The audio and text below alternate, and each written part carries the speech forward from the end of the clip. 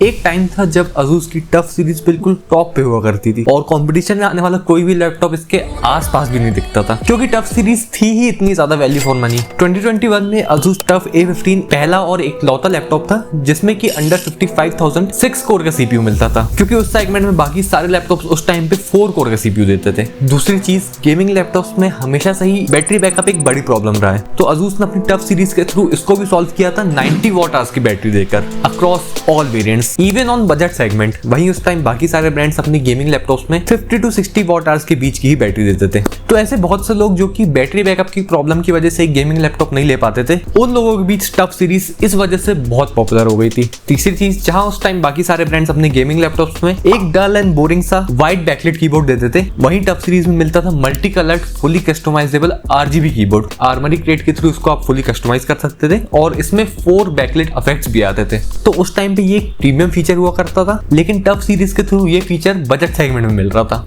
लेकिन अब tough series में वो बात नहीं रही, वो जो वैल्यू फॉर मनी वाला चार्म था ना, वो अब कहीं खो गया है। 90 वॉट आवर्स की बैटरी अब सिर्फ टफ सीरीज के हायर वेरिएंट्स में आती है, बजट सेगमेंट में 48 वॉट आवर्स की आती है। टफ सीरीज के कुछ वेरिएंट्स में अब AMD का कॉस्ट कटिंग CPU यूज होता है, जैसे कि ये Ryzen 7 7435HS। इसमें कोई भी iGPU नहीं है, इसलिए लैपटॉप पूरे टाइम डेडिकेटेड GPU से चलता है, जिसकी वजह से ना इसका बैटरी बैकअप बिल्कुल खत्म सा है। इसी के एक यूजर ने मुझे बताया कि लैपटॉप बैटरी पे 2 घंटे भी नहीं चल पा रहा है। और सबसे आखिरी चीज, अब हर ब्रांड 6GB वाले RTX 3050 पे शिफ्ट हो चुका है, लेकिन टफ सीरीज में आपको आज भी 4GB वाला RTX 3050 मिलता है, वो भी 6GB वाले RTX 3050 के प्राइस में। लेकिन ऐसा नहीं है कि पूरी टफ सीरीज के लैपटॉप्स बेकार है। टफ सीरीज में अभी भी कुछ अच्छे वैल्यू फॉर मनी लैपटॉप्स हैं, और वो कौन से हैं वो मैंने अपने इस फुल वीडियो में बता रखा है, तो आप YouTube पर जाकर जरूर से ये वीडियो चेकआउट कर लेना।